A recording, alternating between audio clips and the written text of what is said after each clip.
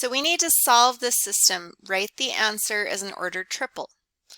So we have a system with 3 different variables.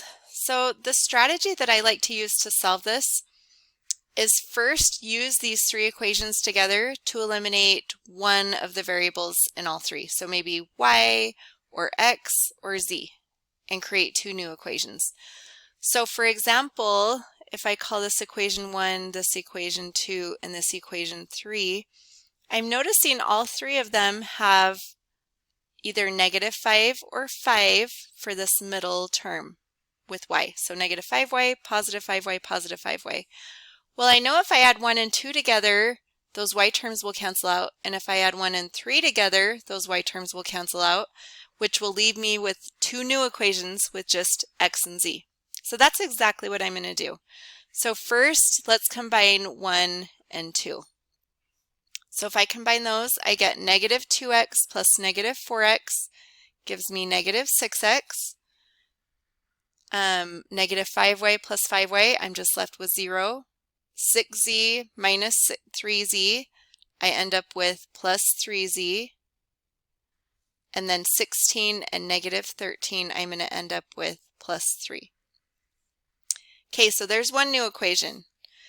Now we can see also if we combine 1 and 3, -5y and +5y. So let me actually write those over here. So -2x minus 5y plus 6z equals 16.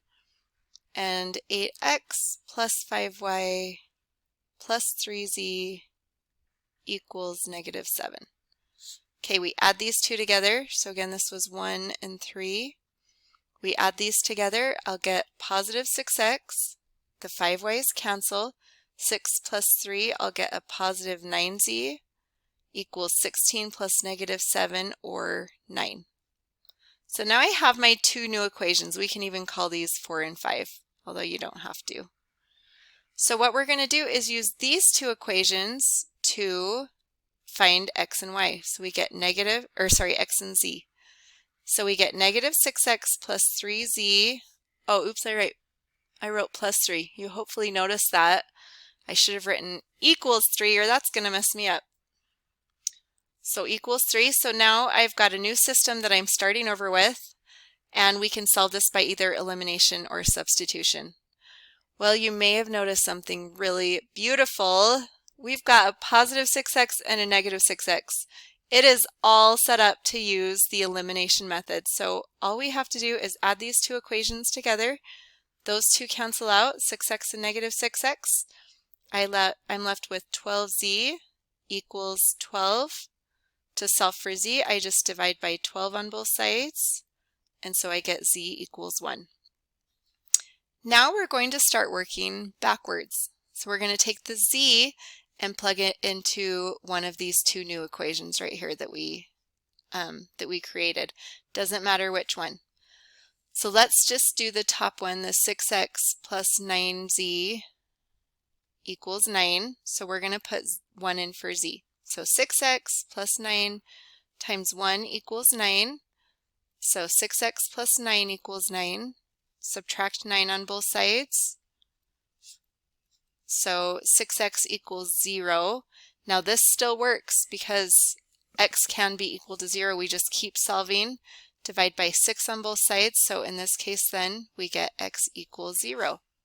So now we have x and z. So we can substitute these 2 both into one of the original equations and solve for y. Let's go ahead and just do the top equation. So that's -2x minus 5y plus 6z equals 16. As you're writing these out, make sure to take time to write them out correctly. Make sure you have the correct signs. You might even want to double check because that's a place that I find a lot of errors. So let's substitute that in. I have -2 times 0 for x. We don't know y, so it'll just be minus 5y, plus 6 times 1 for z equals 16.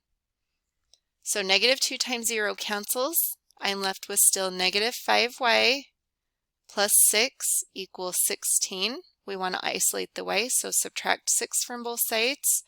Those cancel. I get -5y equals 16 minus 6, or 10. Divide by negative 5. Divide by negative 5. So 10 divided by negative 5, I'm going to get y equals negative 2. So now I have my three answers, 0 for x, negative 2 for y, and 1 for z. Now, how could we check? Just because there's lots of places we could have made a mistake, how can we check if these are correct? Well, I would recommend substituting them into maybe the other two equations. So we used the top equation to solve for y, but substitute them into these bottom two equations and make sure they come out as true.